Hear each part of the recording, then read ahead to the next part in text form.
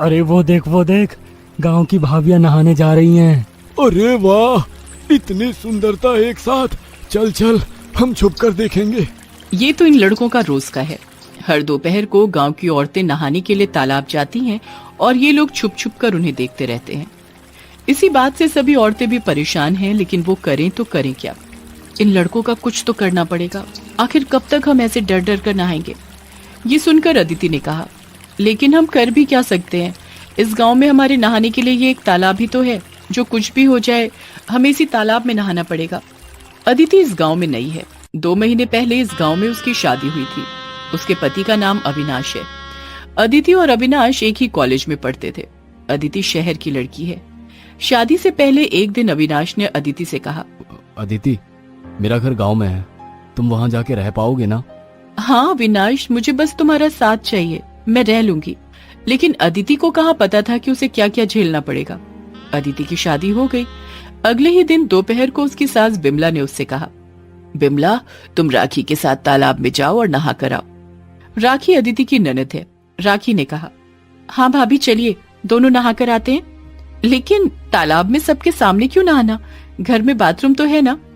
Bathroom तो सिर्फ शौच करने के लिए है, नहाने के लिए गांव में बाथरूम थोड़ी होते हैं। गांव में सभी तालाबों में हाथ पैर फैलाकर नहाते हैं। लेकिन ऐसे सबके सामने नहाने की मेरी आदत नहीं है माँ जी। भाभी, अब गांव में शादी की है तो आदत तो डालनी पड़ेगी। अदिति ने और कुछ नहीं कहा। वो चुपचाप राखी के साथ तालाब में चली गई। अदिति बचपन से बाथरूम में नहाती आई है, इसीलिए आज उसे बहुत शर्म आ रही है। वो सुंदर है, इसीलिए आसपास के छोकरे लोग उसे छेड़ने लगते हैं। अरे वो देख, हमारी नई भाभी कितनी सुंदर है। सच में यार, बहुत ही ज्यादा सुंदर है और नहाने भी जा रही है। चल चल कर देखते हैं। सारे लड़के मिलकर अदिति को ताड़ने लगे और नहाते हुए अदिति ने ये देख लिया। उसे बहुत शर्म आई। रात को अविनाश घर आया तो अदिति ने उससे कहा, सुनो, मुझे तालाब में खुले में नहाने में बहुत शर्म आती है। गांव के लड़के मुझे ताड़ते रहते हैं। अरे तुम चिंता मत करो अदिति, वे लड़के 1-2 दिन देखेंगे, उसके बाद वो भाग जाएंगे और तुम्हें भी तालाब में नहाने की आदत हो जाएगी। अदिति ने समझ लिया कि अविनाश को बोलकर कोई फायदा नहीं होगा। अगले दिन उसने राखी से बात की। अच्छा राखी, सच सच बताओ, तुम्हें खुले में नहाना अच्छा लगता है क्या? शर्म नहीं आती?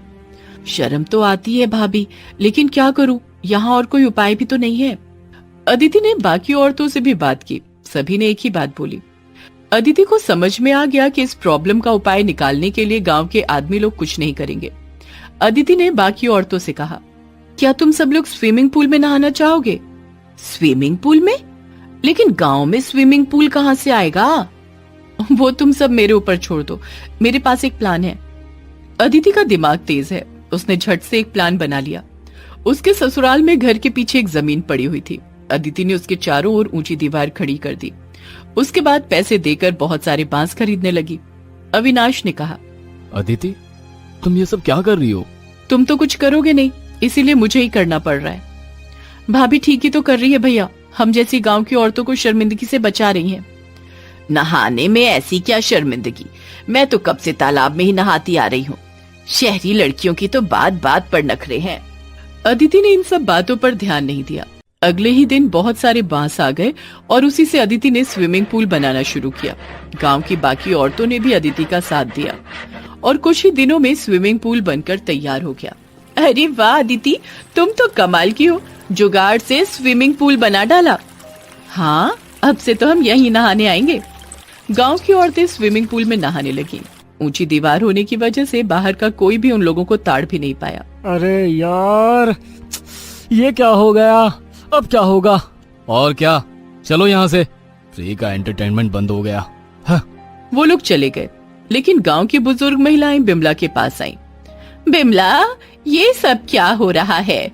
तुम्हारी बहू हमारी बहुओं को उकसाकर स्विमिंग पूल में नहाने के लिए मजबूर कर रही है। हाँ, ये सब स्विमिंग पूल वगैरह शहरी चीजें हैं, ये हमारे लिए अच्छी चीज नहीं है। ऊपर से स्विमिंग पूल में नहाने के लिए हमारी बहुएं इतनी उत्सुक हैं कि घर का काम काज छोड़कर नहाने चली जा रही हैं। कुछ तो करना पड़ेगा बिमला, अपनी बहू को समझाओ। हाँ, मुझे पता है, मैं आज ही बहू से बात करती हूँ। रात को खाते वक्त बिमला ने अदिति से कहा, सुनो बहू, ये सब स्विमिंग पूल यहाँ नहीं चलेगी, तुम्हें ये सब बंद करना होगा। क्यों माँ जी? तुम्हारी वजह से घर की औरतें कामकाज छोड़कर स्विमिंग पूल में नहाने आ रही हैं। तालाब होता तो वो शर्म के मारे जल्दी नहाकर घर चली जाती और घर का काम करती। लेकिन माँ जी, घर का काम बहू के सम्मान से ज्यादा जरूरी है क्या? मुझे ये सब नहीं सुनना। कल से स्विमिंग पूल बंद, वो जगह मेरी है। बिमला ने स्विमिंग पूल जाने से सबको रोकने के लिए गेट में ताला लगा दिया। अगले दिन सभी औरतें बाहर खड़ी खड़ी परेशान हो गई। अब क्या होगा अदिति? यहाँ तो ताला लगा हुआ है। जगह तो माँ जी की है ना, इसलिए ये ताला मैं तो नहीं खोल सकती जब तक वो खुद ये ताला खोल कर नहीं देती। ये तो असंभव है, माँ खुद से ये ताला कभी नहीं खोलेगी, तो उनसे खुलवाना पड़ेगा। अदिति, तेरा दिमाग तो बहुत तेज है, कोई आइडिया लगाना। अदिति ने कुछ सोचा और फट से कहा, हाँ मेरे पास एक आइडिया है, सुनो सब लोग। अदिति ने सबको उसका आइडिया बताया। वाह, क्या आइडिया है, चलो सब लोग प्लान के हिसाब से काम पर लग जाओ। सब लोग जाकर तालाब के पास वाली झाड़ियों में छुपकर बैठ गई। कुछ देर बाद बिमला और बाकी बुजुर्ग महिलाएं नहाने के लिए आई। वो सब अपने कपड़े खोलकर तालाब में उतर गए और कपड़ों को ऊपर रख दिया। वो लोग नहाने लगे और मौके का फायदा उठाकर अदिति, राखी और बाकी औरतें चुपके से उनके कपड़े लेकर चले गए। नहाने के बाद उन लोगों को कपड़ा नहीं मिला तो वो परेशान हो गए। अरे मेरा कपड़ा कहाँ है? मेरा भी तो कपड़ा नहीं है। हे भगवान, अब क्या होगा? मुझे लगता है किसी ने हमारे कपड़े चुरा लिए। अब घर कैसे जाएंगे? वो लोग वहीं पर रोने लग गए। तभी तालाब के पास झाड़ियों से एक मगरमच्छ की तरह दिखने वाला खूंखार जानवर तालाब में उतर आया और उन लोगों की ओर बढ़ने लगा। वो लोग डर गए। अरे वो क्या है? भागो भागो! सब कम कपड़ों में ही तालाब से निकलकर भागने लगे। गांव के सब लोग ये देखने लगे। सब लोग दौड़ते हुए स्विमिंग पूल के पास पहुंच गए। बिमला ने रोते हुए कहा, लगता है बहू ही सही थी। यहाँ कोई भी हमारे सम्मान के साथ खेल सकता है और ऐसे खूंखार जानवर भी हमला कर सकते हैं, लेकिन चार दीवारी के अंदर स्विमिंग पूल में कोई खतरा नहीं होगा। और तभी वहाँ अदिति और बाकी औरतें चली आईं। मैं तो यही समझाना चाहती थी। अच्छी बात है कि आप लोग ये समझ गए। बिमला ने स्विमिंग पूल का ताला खोल दिया और उसके बाद से सभी औरतें स्विमिंग पूल में ही नहाने लगे। बांस का वो स्विमिंग पूल पानी से नहीं, रंगों से भरा हुआ था और उस स्विमिंग पूल में विभा, नीति और दामिनी, 3 बहुएं एक दूसरे को रंग लगा रही थी। होली है। अरे नीति, अब बस भी करो। देखो तो इस बांस के स्विमिंग पूल के पानी का रंग भी रंगीन हो गया। अरे ऐसे कैसे बस कर दूं? भला ऐसी होली हमने कभी खेली कहाँ है? मुझे तो ये होली सबसे मस्त और सबसे जबरदस्त लग रही है। बांस के स्विमिंग पूल में डूबी तीनों बहुएं होली के रंग से सराबोर थीं, लेकिन उन्हें जरा भी पता नहीं था कि उन्हें इस तरह होली खेलते हुए देखकर 2 लोग बहुत ही खुश थे। पेड़ पर चढ़े और पत्तों की आड़ में छिपे वे 2 लोग कुछ अलग ही खिचड़ी पका रहे थे। वीरू भाई, होली के ऐसे रंग तो कसम से कमाल के रंग है। जी कर रहा है देखता रहूं और देखता ही रहूं। पंकज भाई, इस कमाल को कैद कर लेते हैं अपने मोबाइल के कैमरे में। 65 मेगापिक्सल के कैमरे में स्विमिंग पूल में होली खेल रही इन बहुओं की तस्वीर तो कहर ढा देगी कहर। तो फिर देर किस बात की? जल्दी से निकाल अपना मोबाइल और हमेशा के लिए इसे रख ले अपने पास। वीरू ने अपने पैकेट से मोबाइल कैमरा निकाला और उसके जूम के बटन को दबाकर स्विमिंग पूल में होली खेल रही उन बहुओं की ओर कर दिया। ये देखो पंकज भाई, जूम करने के बाद पिक्चर और भी क्लियर आ रही है। ये होली तो हम जिंदगी भर नहीं भूलेंगे। अबे अब फोटो भी क्लिक कर ले और जल्दी से निकल यहाँ से। कहीं किसी ने देख लिया तो मार मार कर हमारा शरीर लाल रंग की तरह लाल कर देंगे। पंकज की बात पर वीरू ने उसे मुस्कुराकर देखा और मोबाइल से फोटो खींचने के लिए जैसे ही उसने मोबाइल का बटन दबाया, मोबाइल उसके हाथ से छूटकर नीचे जा गिरा और एक जोरदार धमाका हुआ। उस धमाके से विभा की नींद खुल गई। हे भगवान, ये एक सपना था। कितना बुरा सपना था, लेकिन ये सपना सच भी तो हो सकता है। अरे बाप रे, अगर ये सच हो गया तो फिर क्या होगा? हम लोग तो किसी को मुंह दिखाने लायक नहीं रहेंगे। विभा का दिल जोर जोर से धड़क रहा था। उसने अपने बगल में लेटी नीति और दामिनी को जगाया और उन्हें अपने सपने वाली बात बताई तो उन लोगों के चेहरे का रंग भी उड़ गया।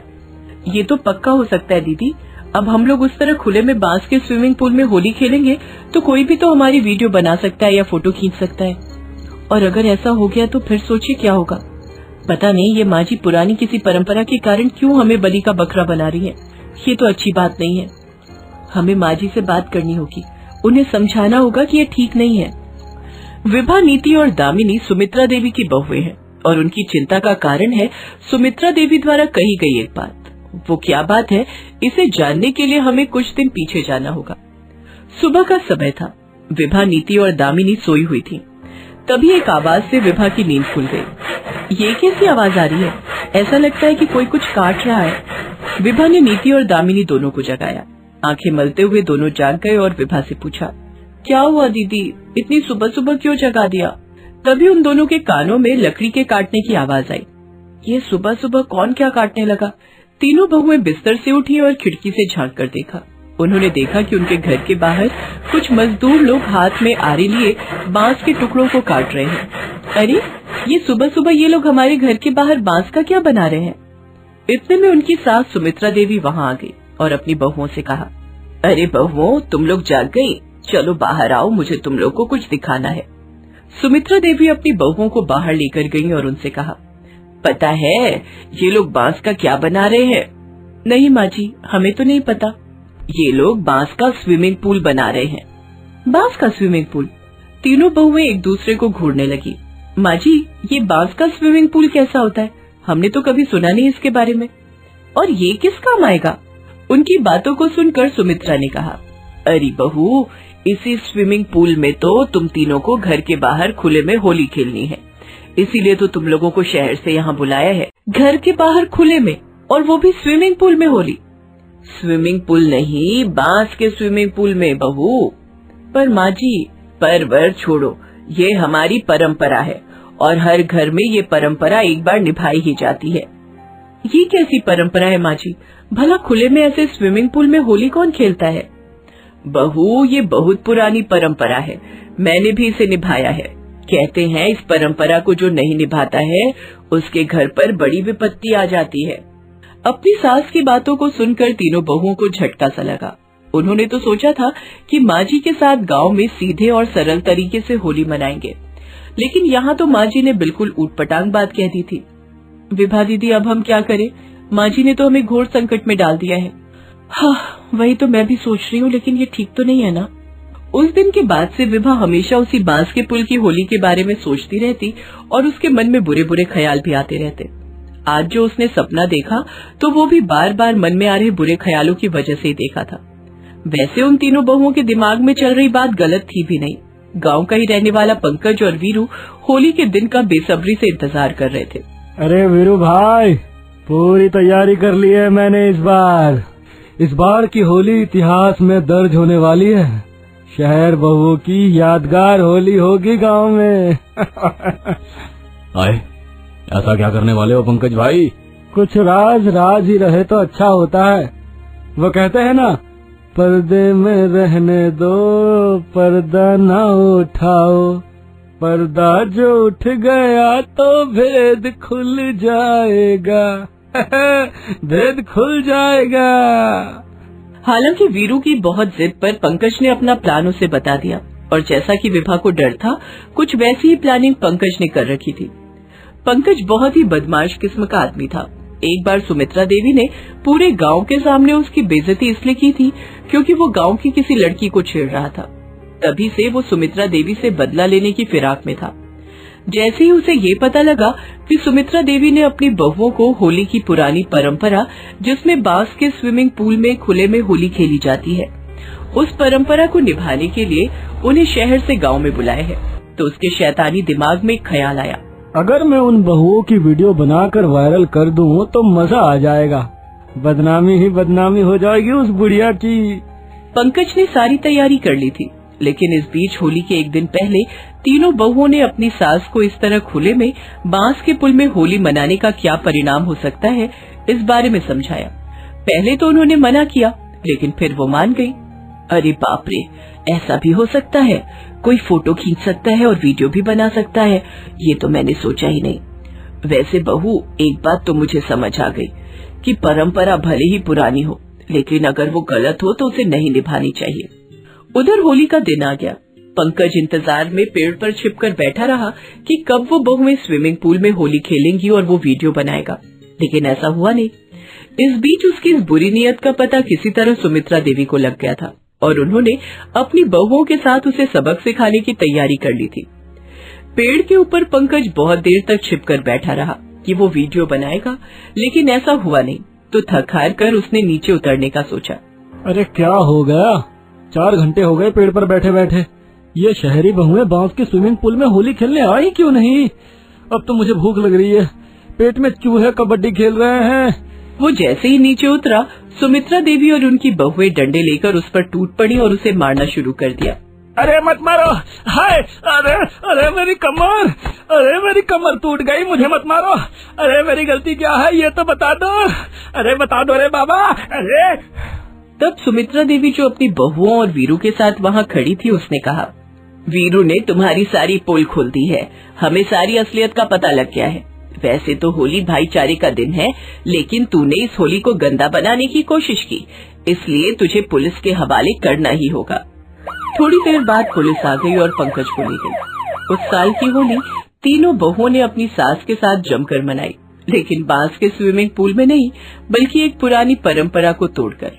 दोस्तों, कोई भी परंपरा अगर बुरी है तो उसे छोड़िए और कुछ नया जोड़िए। आप सभी को होली मुबारक। दोस्तों, आप हमारे चैनल को जरूर सब्सक्राइब करें